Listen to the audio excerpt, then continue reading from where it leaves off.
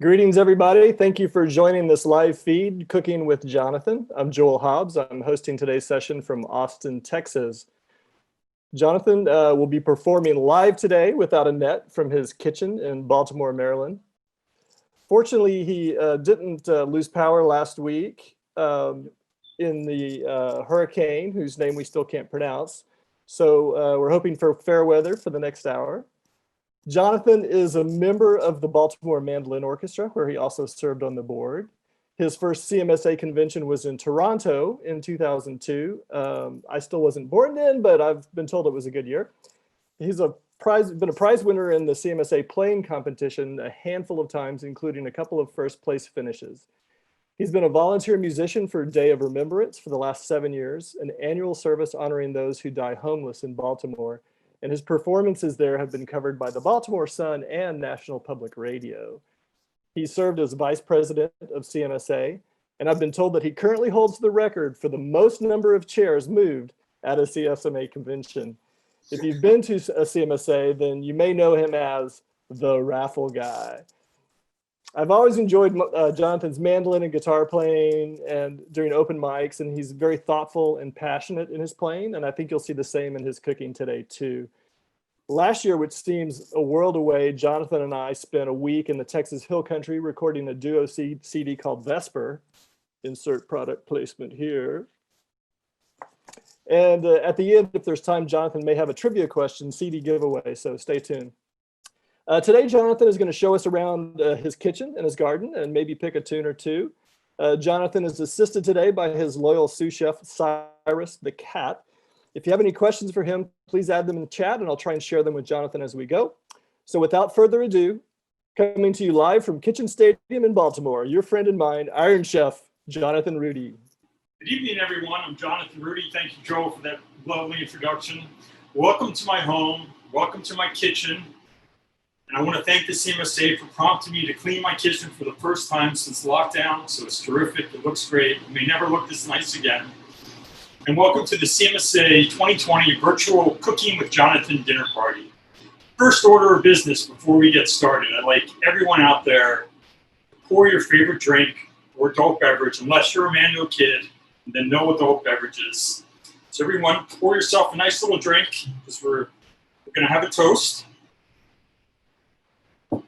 So we're going to raise our glasses and have a toast to the CMSA, to everyone's good health, to all of us, seeing each other in person again soon.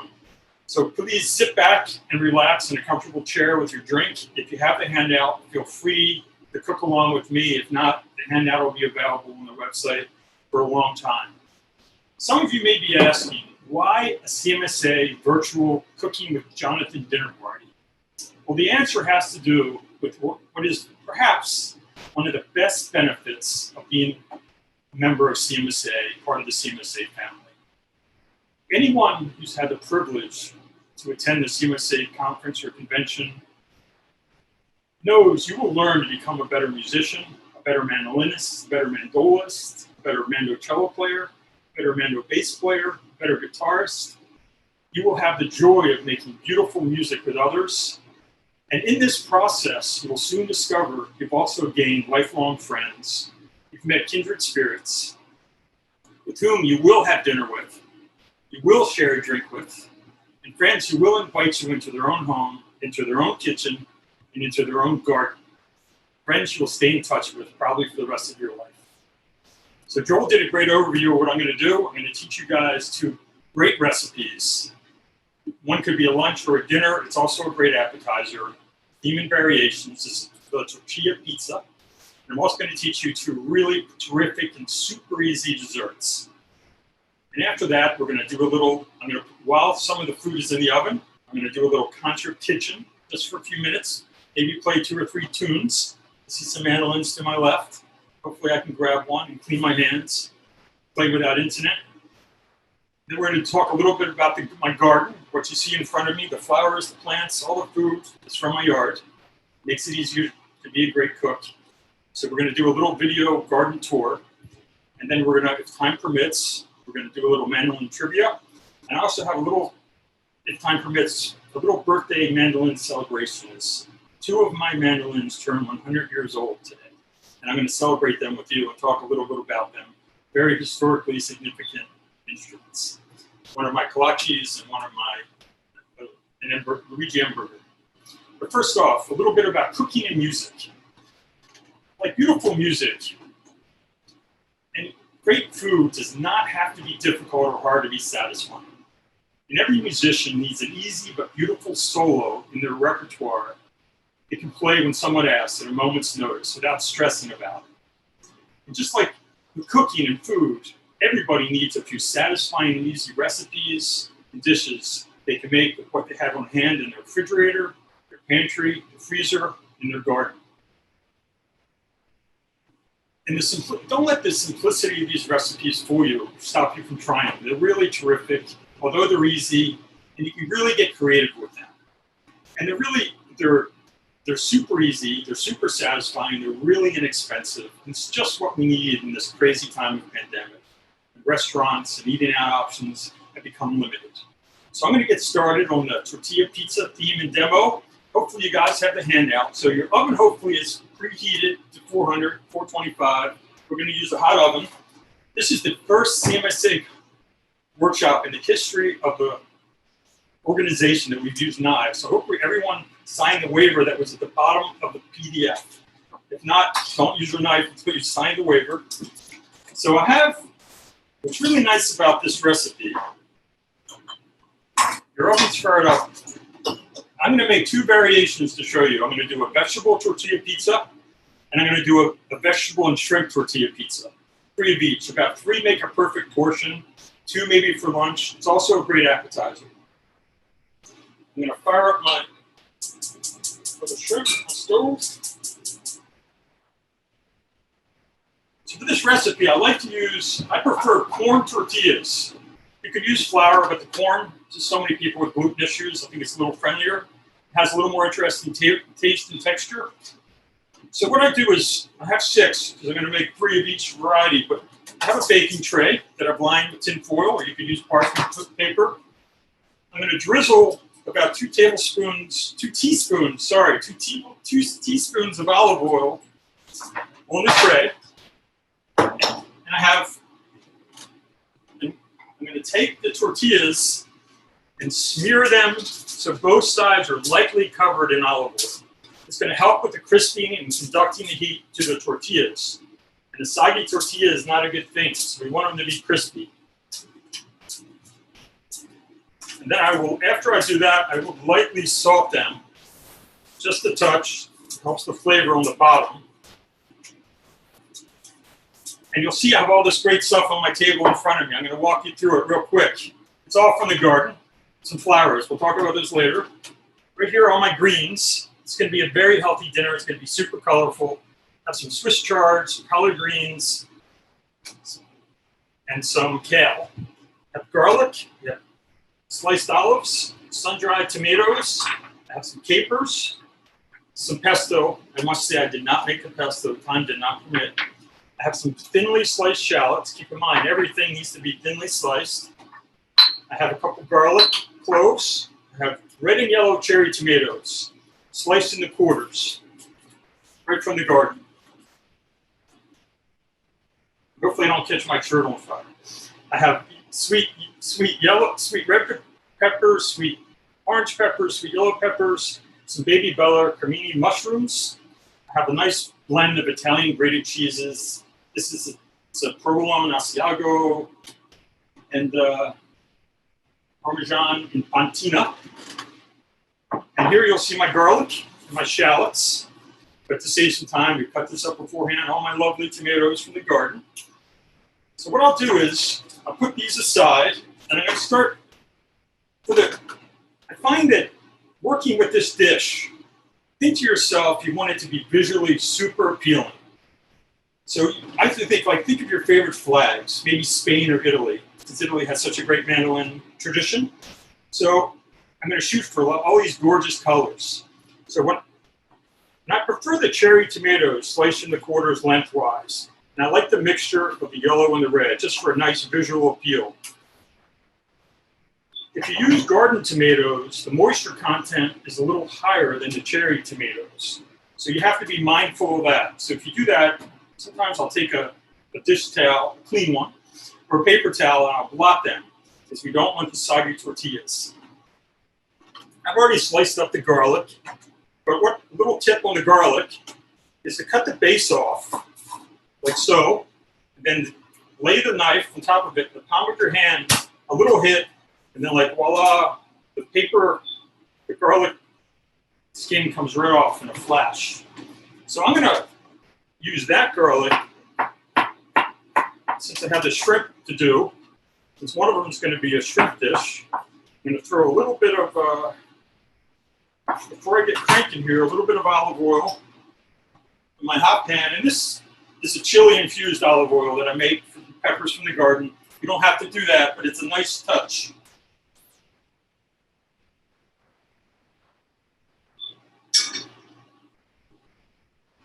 So in about 5 minutes, if it's going well, my smoke detector is going to go off. But no, hopefully not. That should not be the case. I decided to take it down. So I'm going to throw the garlic on top of the stove in my pan and saute that. Here's my shrimp. You're on the smaller variety. It's about 30 to 40 count. You don't have to use the big ones because the tortillas are pretty small and you want to overload them. So what I'm going to do is, the garlic smells great. I don't know if you guys don't have the ability to smell through Zoom yet, but I'm sure it'll be there one day. So I'm going to throw the shrimp in here. I'm going to add a little fresh cracked pepper. A little salt. And one of my favorite ingredients, smoked paprika. If you're a regular paprika fan, you need to try smoked paprika. You'll never go back. It adds really a great depth of flavor. So in those shrimp, I'm going to pretty much cook through because the cooking time for this tortilla pizza is very short. So we don't want any raw ingredients on top. And we also want to make sure all the vegetables I've done here are sliced very thin. For instance, while that's cooking, I will stir these up.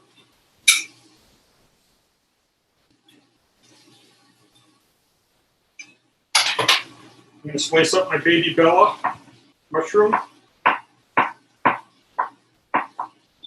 Maybe we'll do a knife skills workshop down the road. Maybe this will become a regular part of the conference. One never knows. So I have some nice thinly sliced mushrooms. I have the garlic and all my toppings ready to go. So what I'm going to do is I'm going to take these greens that I just picked today from the garden. Kale, collard greens, Swiss chard. When I have them, another great option is spinach is really great, arugula, asparagus. My asparagus, I have a beautiful asparagus bed in my garden. Unfortunately, the harvest is over with, but the ferns are gorgeous. So I brought some of the ferns in. So they're right here, but you don't cook with the ferns. But if you don't have an asparagus bed and you have the space, you should put one in. It's a gift that keeps on giving. And I have some fresh basil here. So we'll save as a garnish at the end. Watching my shrimp. Turn those over.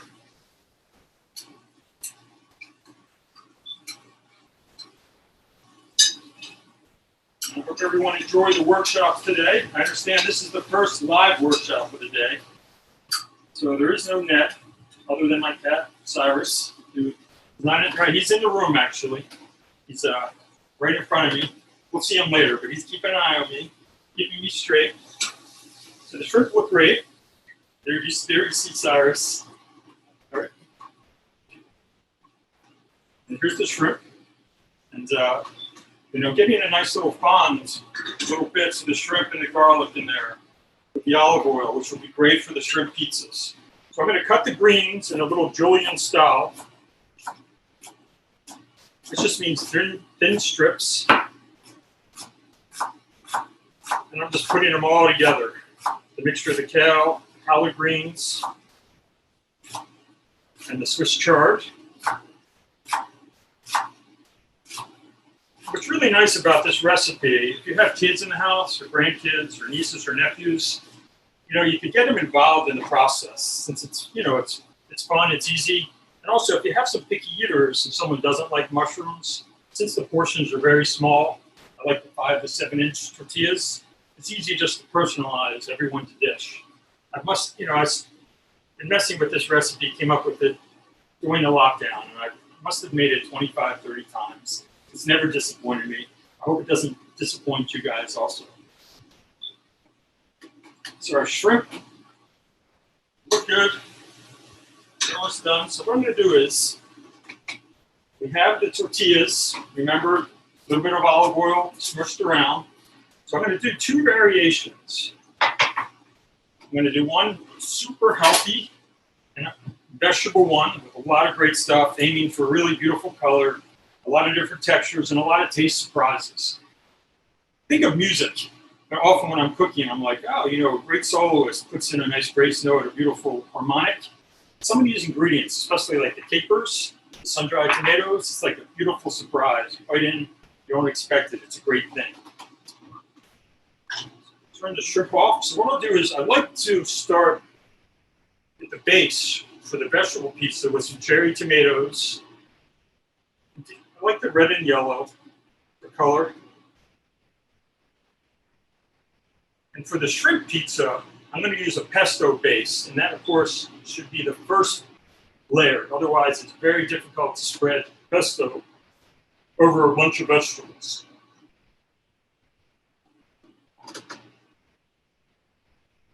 So what I'll do is, for the pesto, I'll take about a half a teaspoon on each shell. Hopefully you guys can see this okay. And I'll smear it around, almost to cover the whole circumference of the tortilla. And this shrimp pesto one is one of my favorites. It's really terrific. I think you guys will love it. So give it a try. It's as easy as can be. So that'll be the first layer for that. And usually to that, I'm going to add a couple cherry tomatoes, also for color, red and the yellow. Then I'm going to start adding my vegetables. So here we have, I'm going to add some fresh chopped garlic. Garlic is the elixir of life. You can't have enough garlic in your life. I'm going to put some chopped fresh garlic on every one, including the shrimp one, even though there's a little garlic already in my pesto. Can't get enough garlic. I'm going to put these are sweet red peppers from the garden. Some shallots, some garlic, it's already been chopped. So I'm aiming for that flag, where we're going, to Italy or Spain or wherever. I have the red, yellow, and orange. I'm going to put a few of those on there.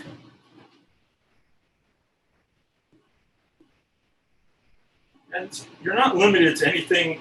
I gave a lot of suggestions in the handout. It's really just the theme and variations. It's like improvising. You can do whatever you like. It's just really just a great base recipe, but it's incredibly easy to make, and it's incredibly satisfying. So what I do is a big heaping of mixtured greens on each one. And what I like to do is, too, before we add the greens, my shrimp and my vegetable one are going to get the mixture of greens. So we're kind of getting almost a nice serving of vegetables. It's going to be healthy. We need to stay healthy.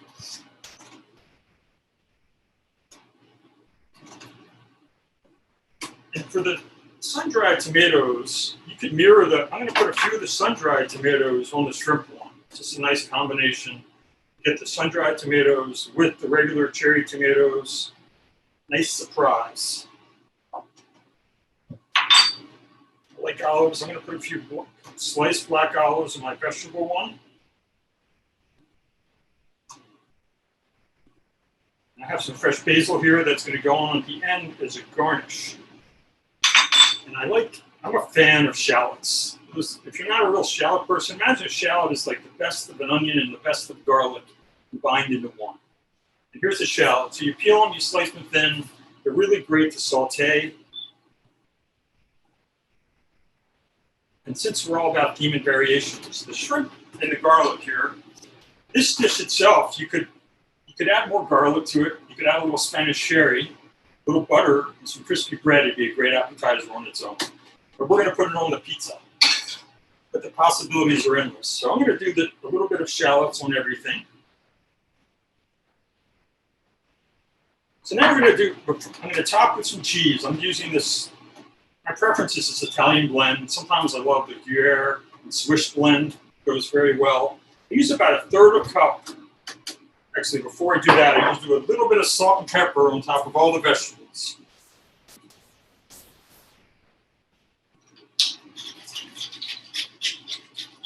And I think I'm going to throw a couple mushrooms on, the vegetable one.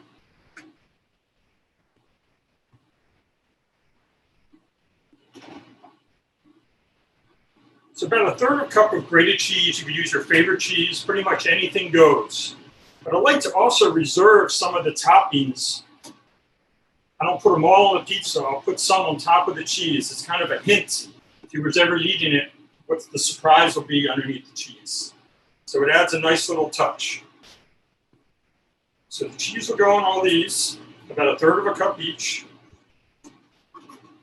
I'm going to add the shrimp to the shrimp one with the pesto base. Usually I put about, depending on the size of the shrimp, about 3-quart tortilla. These are about 5-inch tortillas.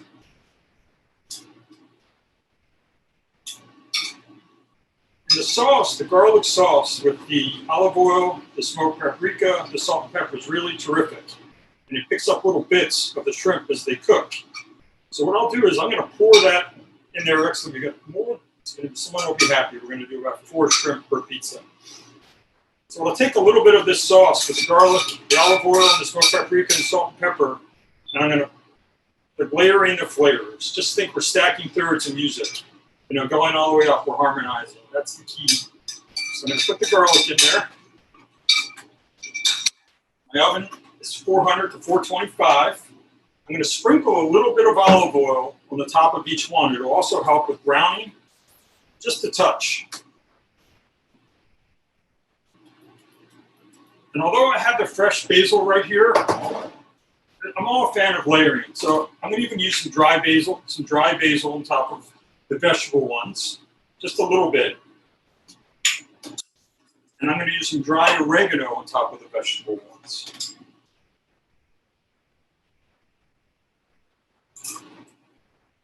And then what I'll do is, with a few extra vegetables, I'll put a few more pieces on the top, just to make the color interesting and it's visually appealing. Because, you know, the better food looks, the better it tastes. So we could throw, and I'm going to throw a couple of these capers, which are some of my favorite ingredients. They go terrific with shrimp. So if you haven't tried capers, you should get some. Here they are. They're very small.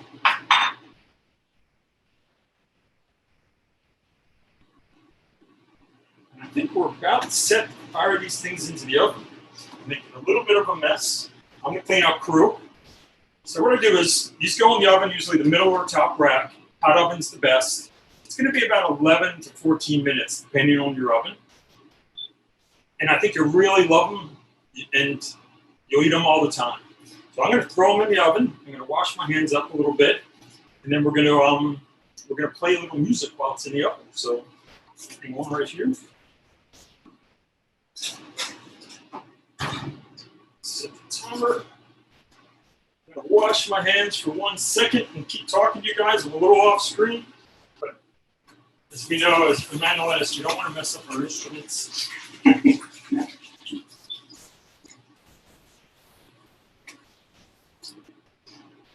Hey, Jonathan, did you hear about the mandolin player who took a second job as a pizza chef? Here you go. What did you say? Did you hear about the mandolin player who took a second job as a pizza chef? I didn't. He needed the dough. You know, there you go. Kaboom! Yeah, before I became a lawyer, I worked in a few restaurants and country clubs in the kitchen. I was always paying attention, so, you know. So everyone, I think you need to refill your wine glass, because I'm going to do a little concert for everybody. It's a little music. If you were here for dinner, I'd probably play some music. If you guys were here, we'd be playing together, which we did that. I tried to convince Joel to come here to play with me, but he was concerned. And he's in a hot spot, so we gave him a break. He had a good excuse.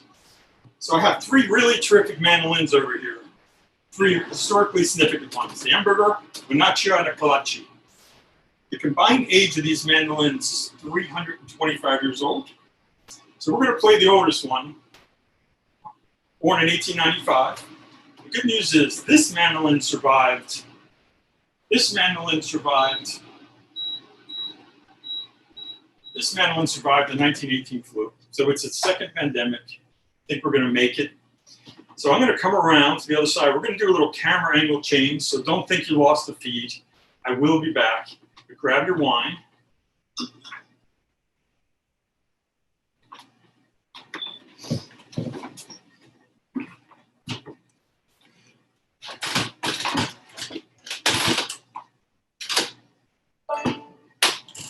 Here's Cyrus, made an appearance. My sous chef. He's heard me play more than anyone that I know. He's a great guy. It's a little hot in the kitchen. I'm going to check the tuning really fast.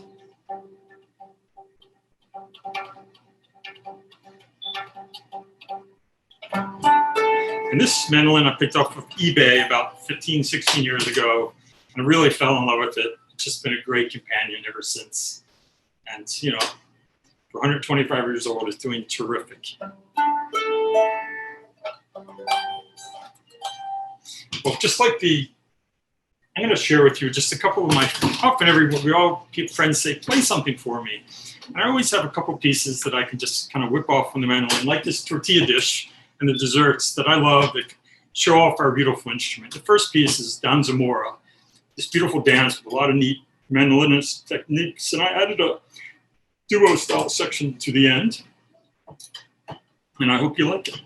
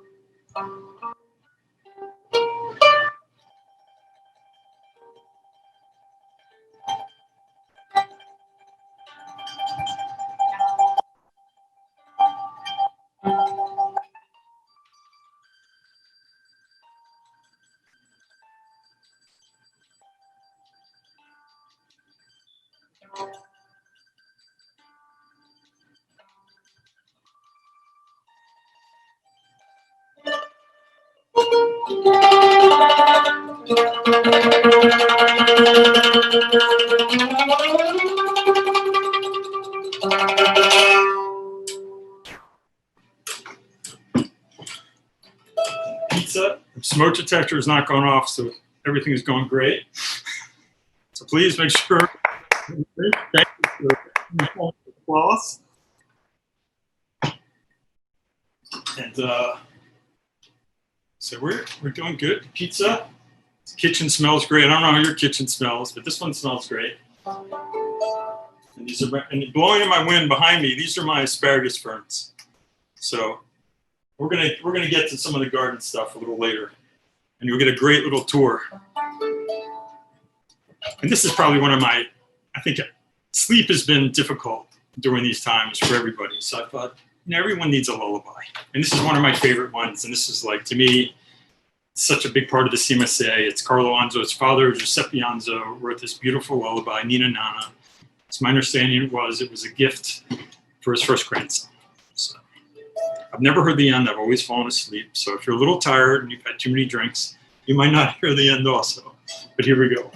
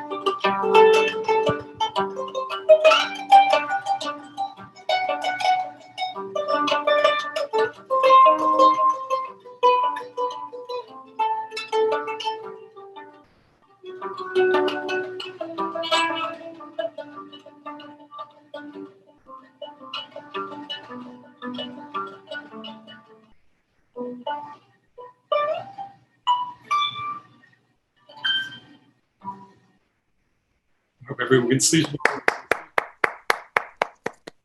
We've got pizza still upstairs. I'm taking a peek. Nothing smells like it's burning. I think we're in good shape. And so we have time for another piece because I'm looking at our time schedule. And this, I think, is also just something super hopeful, which we could all use right now. And it's something I usually do with guitars, but unfortunately, no one's here. But Cyrus here is helping me out. He's a big mandolin fan. He's a lifetime CMSA member, Cyrus. And if you're not one, you should become one also. So this is Somewhere Over the Rainbow. I think just hopeful of better times ahead, and seeing everybody soon at the CMSA conference and convention.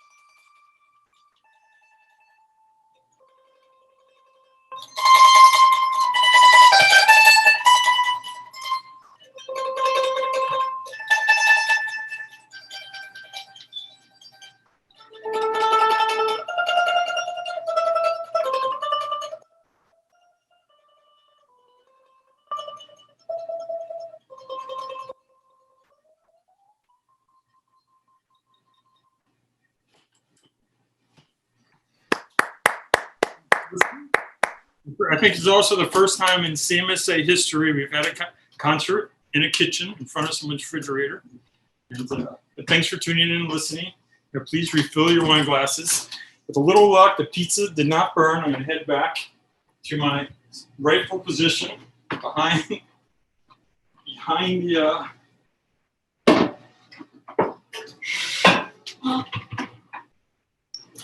So I'm going to check on our pizzas. You should check on yours too. Looks like you could use go a little longer. I've been cooking since I was 13 years old, and I just love to cook. I love food, and I've been gardening forever. And if you love cooking, and you love the garden, and you love music, to me, the mandolin is like the quintessential garden instrument. I was cooking and gardening long before I became a musician, but boy, the music and the CMSA has really made my garden even nicer. Be able to play music back there and share music with friends. So our pizza will be out. And a couple things before I go, I'm going to get it ready to plate. So what I like to do is fresh basil. And if you don't have it in your garden, it grows great in a container. If you have a sunny spot, you should, and you're in the season. Imagine people are tuning in who might not be in summer as I am in Baltimore. So what I do is I like to julienne the garden.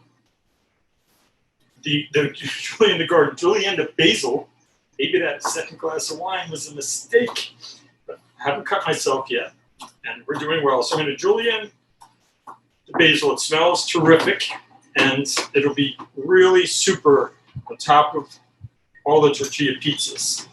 And I'm also a fan of, if you guys are here, I want to impress you. So, and I want you to feel at home. So usually I'll pick a beautiful plate. And usually I'll think to myself, what am I making? What are the colors? How's it going to look on the plate? But for you guys, I picked this great blue plate. It's going to go super with our yellows, our reds, and our greens.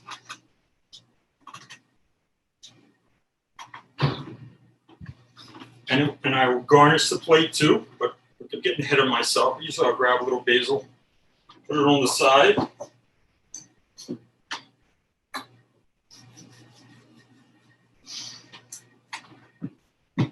And Cyrus is really tuned in with me right here. If you guys could only see this, I think we might do a change of the camera angle. He's like, we've been spending a lot of time together since the pandemic. He's right in front of me on the chair. Hey, Cyrus, he's tuned in. He says hello to you guys. He's heard more mandolin music than anyone else. His name is Cyrus, but sometimes I call him Catlachi after Kalachi, because every cat deserves a couple of names. So that's him. And I think my oven maybe was not hot enough because I didn't want to burn the pizzas. So taking a little, but I want them to come out crispy. I'm going to start cleaning up, getting ready for the next stuff we're going to do. And also the beauty of this dish is, as mandolin players or guitarists or mandola players, we all want to practice more. We don't want to waste too much time in the kitchen. And this is just a fast, easy, this was a little more involved, this one, but you could really whip through this dish. What's also beautiful about these tortilla shells, you can buy them in packs of like 10 to 30. They freeze beautifully. And you could actually do this dish with no fresh ingredients. You could do it with the tortilla shells out of the freezer, sun-dried tomatoes, which are usually packed in olive oil, some capers, some frozen vegetables, some cheese that you can freeze as well. So it's not something that you would have to make just because I'm lucky I have all these great fresh ingredients. I would share them with you guys if I could. All my tomatoes that I just picked today. But unfortunately, it won't go on forever, those tomatoes. If I can find a towel, let's pull everything out of the oven. I think we're doing well. Jonathan, how do you know when the pizzas are done? The pizza's done. I like the pizza to be crispy on the top. A little bit of browning, which we might not get. This is live, like Joel said, no safety net. And ideally your pizza tortilla crust shell is crispy, so it gets a nice little crunch, so it doesn't just bend. It's not soggy. So that's one tip. And you could always adjust the seasonings. I think we're still at I'm gonna pull them out. They look fine. I'm going to show everyone what they look like real quickly. The shrimp ones, they look beautiful. The vegetable ones, lots of nice color. And I'm going to plate these up.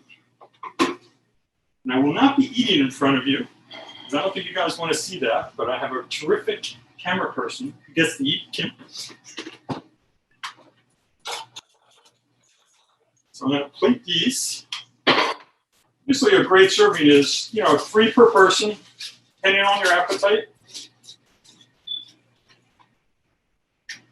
And I have my nice basil on the plate to make it look great. See, look, we got nice and crispy.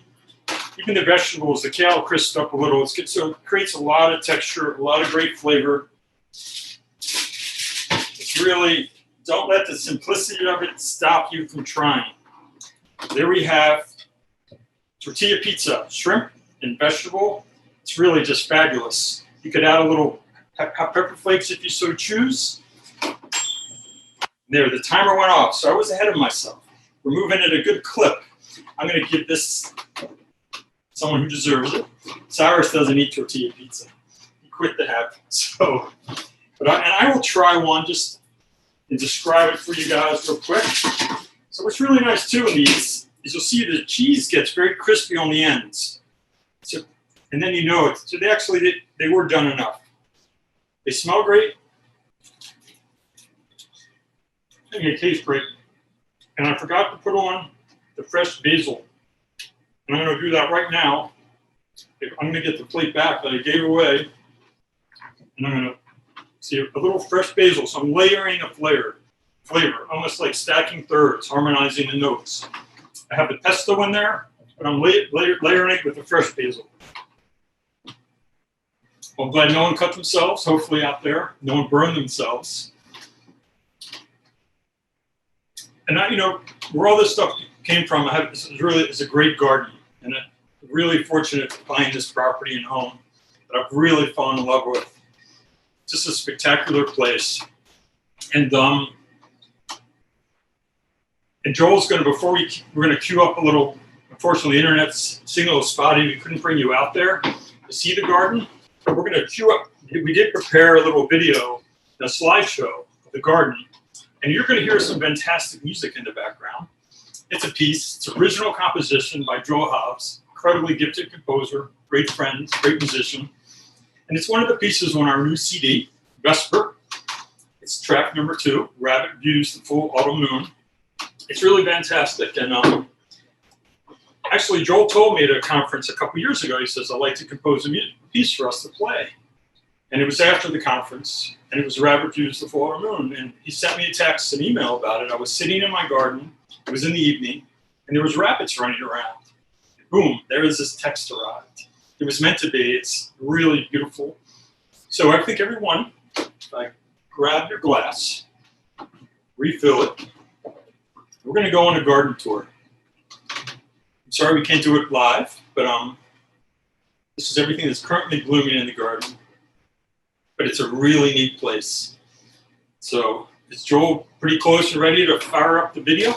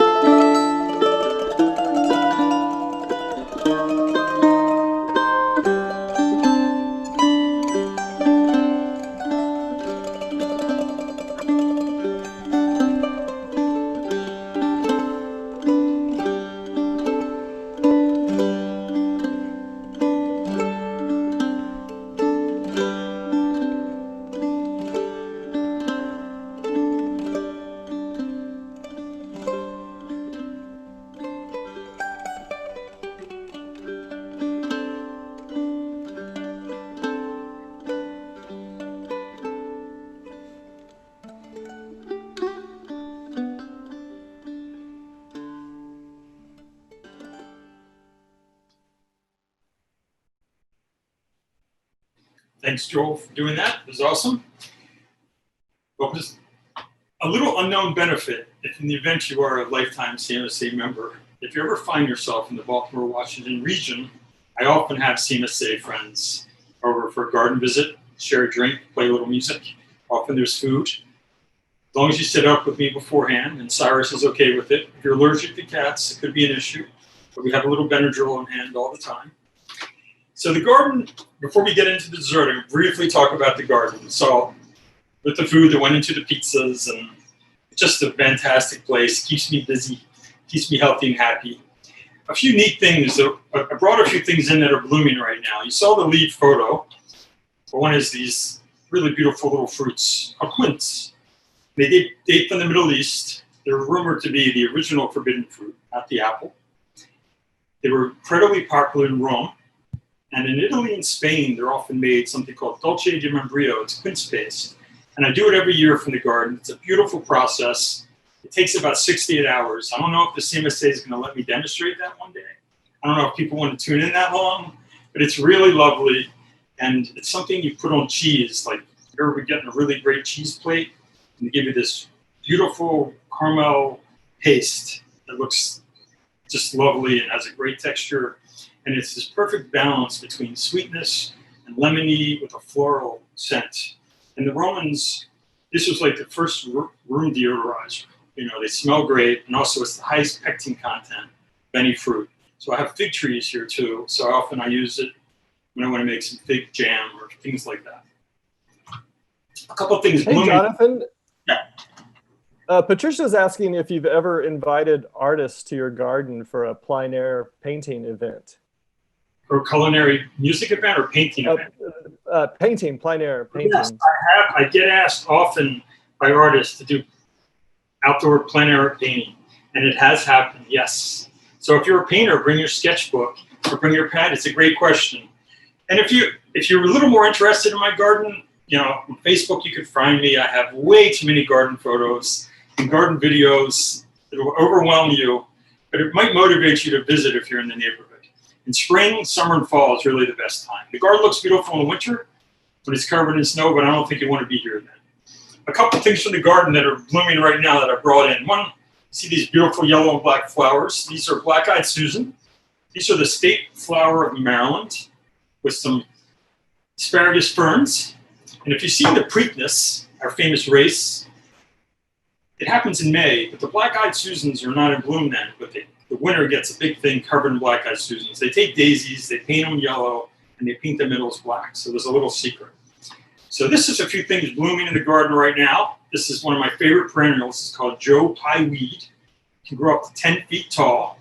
I think it was named after a guy named Joe who liked pie. I have no idea what the weed has to do with it. This is hydrangea and some phlox. So I'm going to get, if you're in the area and I'm available, if you're a CMSA Life member, CMSA member, come by, we'll play some music, we'll have a drink, we'll check out the garden. So I'm going to start our dessert now. And this is like crazy easy. And it's going to have to do a little, you'll see, have to do a little bit of, pull a couple devices over here.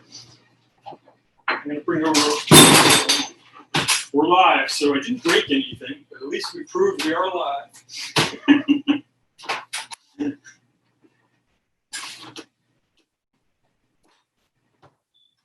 This is one food processor. This is like the Mando base size food processor.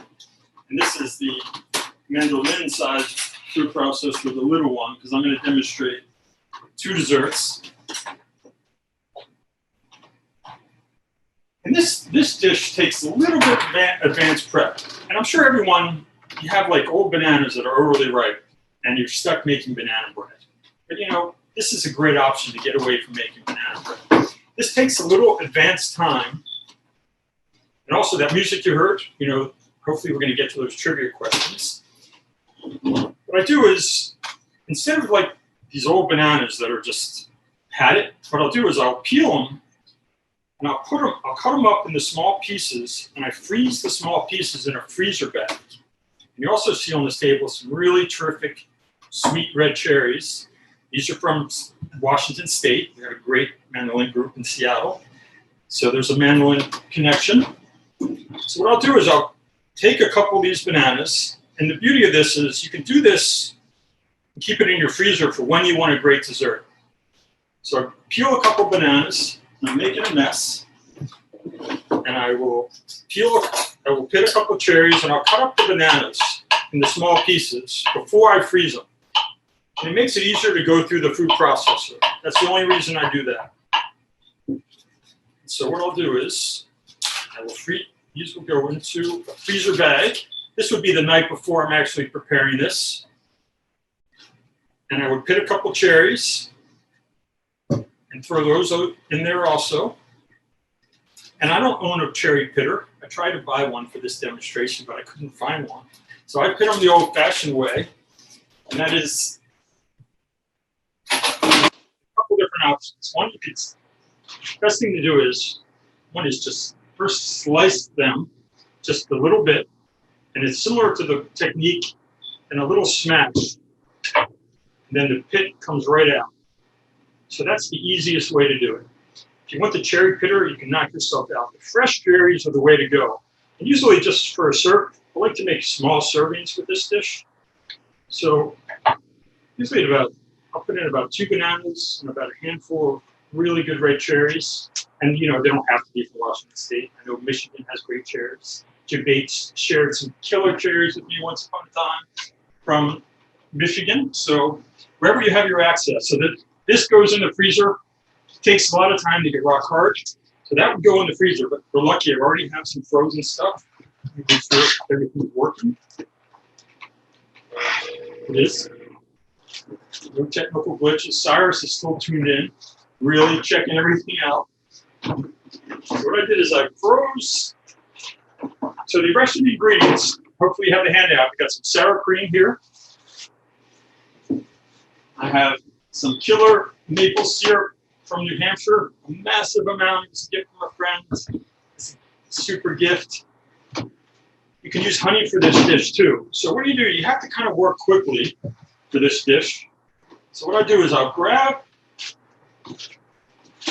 out of the freezer. I'm not making it into the freezer, but it was a cooler. And I have frozen, chopped up, cut cherries and bananas that are super ripe.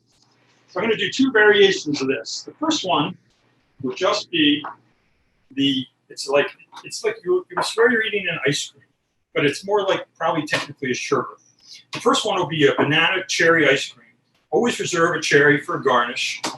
It's really important, since you have to work quick to get this done, is to make sure all the ingredients are frozen. It's much easier to handle that way. Food processors is the way to go. You could try it in a blender, unless your blender is really high quality. I did a little experiment. It really didn't work well. So I'm putting the cherries and the frozen bananas right in the blender.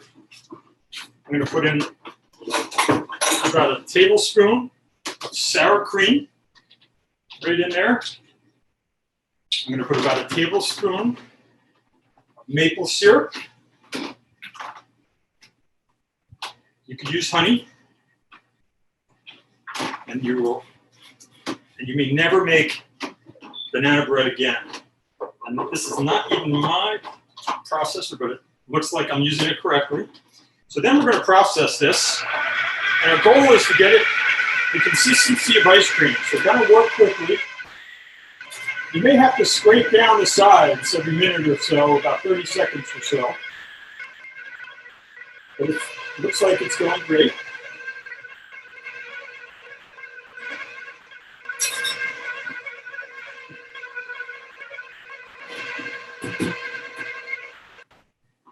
Voila. So, and I like to serve these in Manhattan glasses. You can have a Manhattan first. Actually, the bourbon will add a nice little flavor layer to your dessert. So here we have this really fantastic ice cream that literally took no more than, I don't know, a minute to make.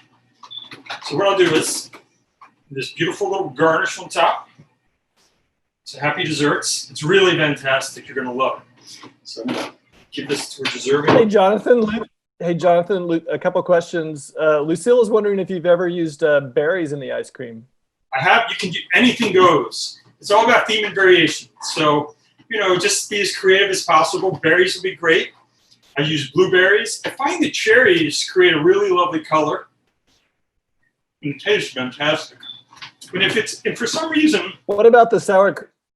The sour cream?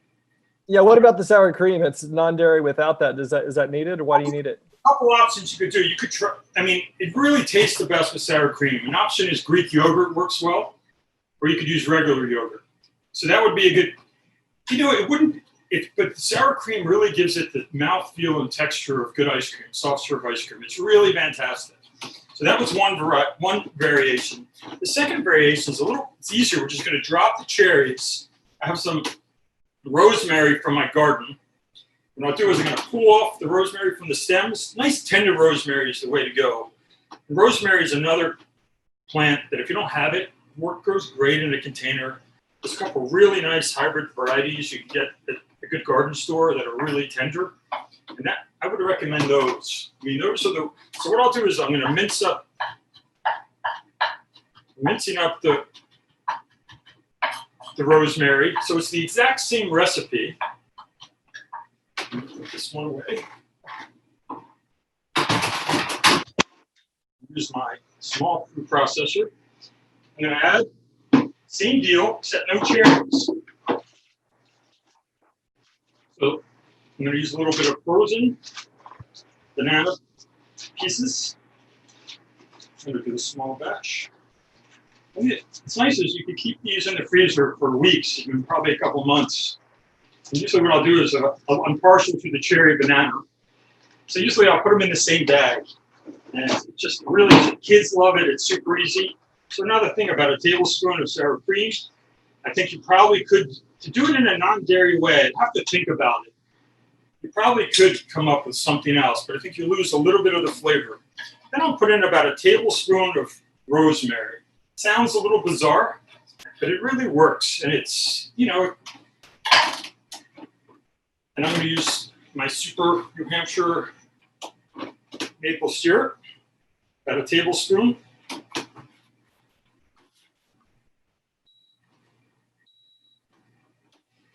Get the top of this thing. We're going to blend it away.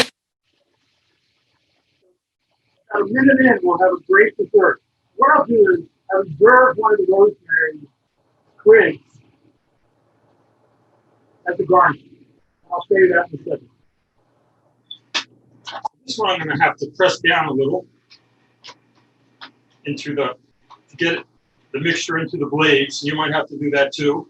You probably could try it with a good blender, but you would probably have to push it down. But remember, you want to work with really cold ingredients, and it's helpful to freeze your container beforehand. Super. So it turned out great. So this is, and you got all these nice rosemary bits in here. So this is the banana rosemary ice cream variation. And what I do is I always reserve one stem in my little Manhattan glass. Have a Manhattan first, and it's really like a dessert just for a queen or king or presidents of the CMSA, whoever it may be. So there we have that great dessert. Hey, Jonathan, Coco's wondering what your favorite kitchen gadget is. Oh, my favorite, you know, that's a great question. You know, I have to say that I've become very partial, and I have no financial interest in this company, but the CMSA does. We're getting a product placement fee to do this. No, not true at all. It's called a microplaner. It's a zester grater, and it is fantastic. For, you know, if you want to zest like a lemon or a lime, and you don't get any pith, just the end.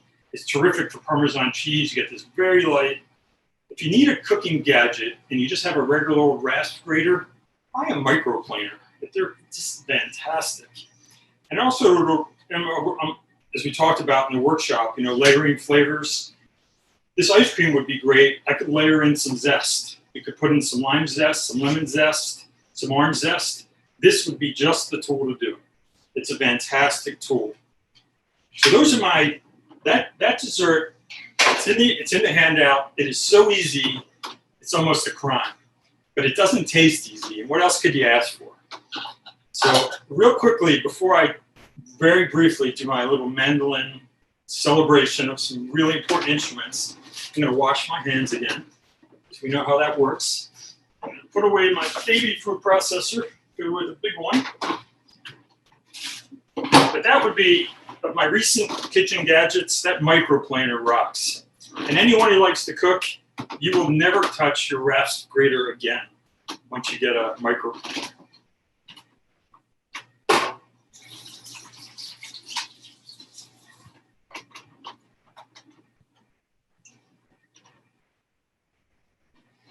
So as we know, I said, we're so lucky in our little mandolin world to have all these great current makers making copies of old instruments, all these fantastic people out there. And I was very fortunate early on, really thanks to Joyce Adams, my first teacher. She said, Jonathan, you're going to play for the rest of your life. You should buy some nice instruments.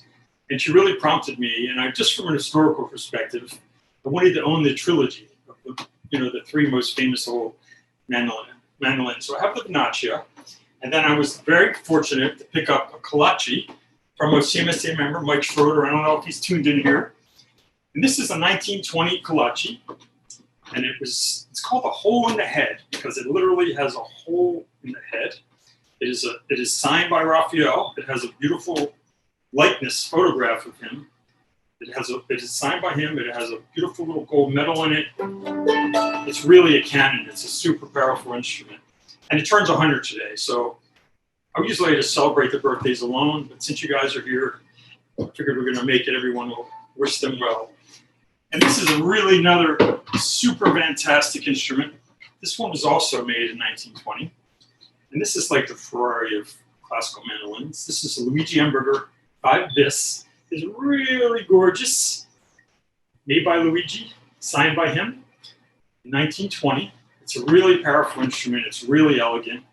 And I was also fortunate, Brian Dean, a great instrument maker, makes copies of these, and I own one of his copies that I play regularly.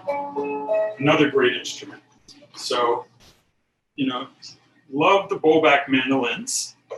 So I don't know how we're doing on time. We could. We're up. The time is up. Okay, Time flies when you're having fun. I'll just say goodbye to everyone. I want to thank everyone for tuning in. I want to thank the CMSA, the presidents, the board, the officers for making this possible. Thanks to Kim, to Joel, to Joanne for helping me do this. Thanks to my cat Cyrus, who's still tuned in with us right here in front of me. He's taking a nap, but and I look forward to seeing everyone again soon in person, face to face. I wish you happy cooking. I hope you try these recipes. They're really worthwhile. I hope you enjoyed the program. It was live. It was nice to have someone in my kitchen who really, it's been, quiet here for a long time.